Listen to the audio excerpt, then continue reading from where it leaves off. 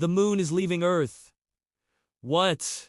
How? Why? Is this the end of our world? Not quite. But this is definitely the end of our story.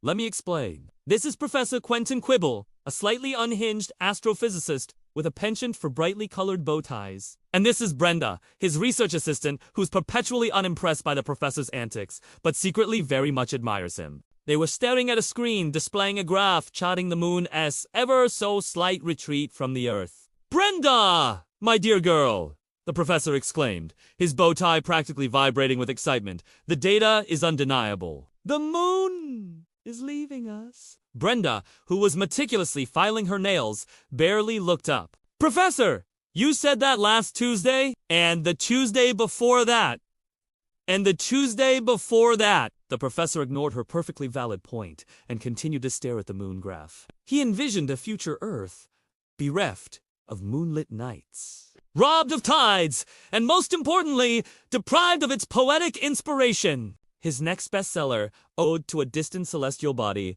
would be a flop without the moon. So the professor began to panic.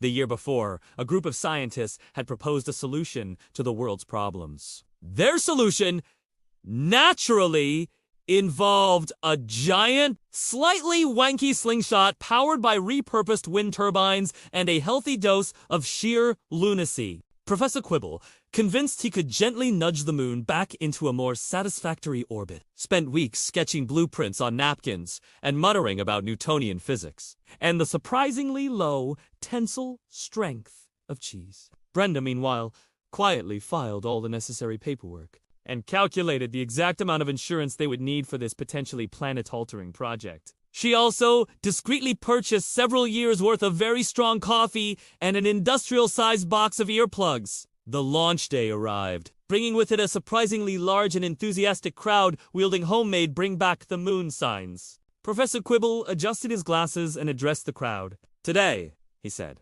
"we are launching the most ambitious scientific endeavor in human history." He paused for dramatic effect. "Are you ready?" he asked. The crowd roared its approval. "Then let the kidney stones begin!"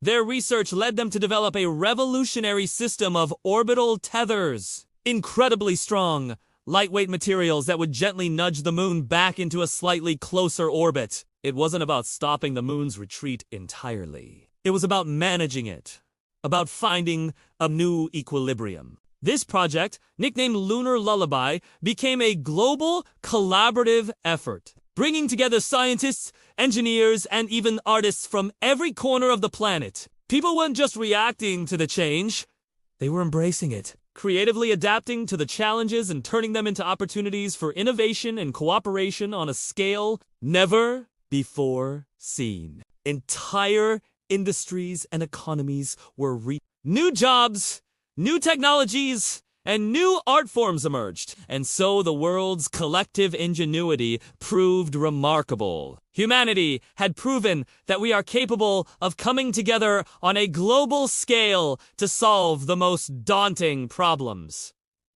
We just need a good reason to do so. And this was our song.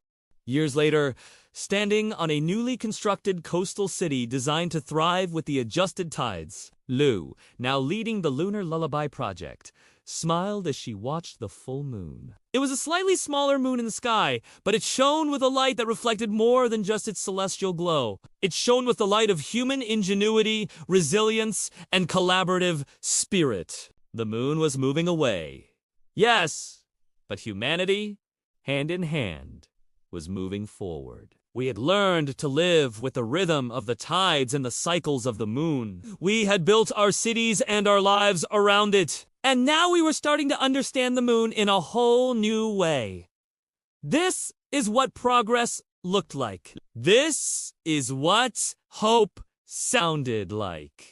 And this is what the future felt like, embracing the unknown with optimism and a shared understanding that even the greatest challenges could be turned into opportunities for growth and discovery.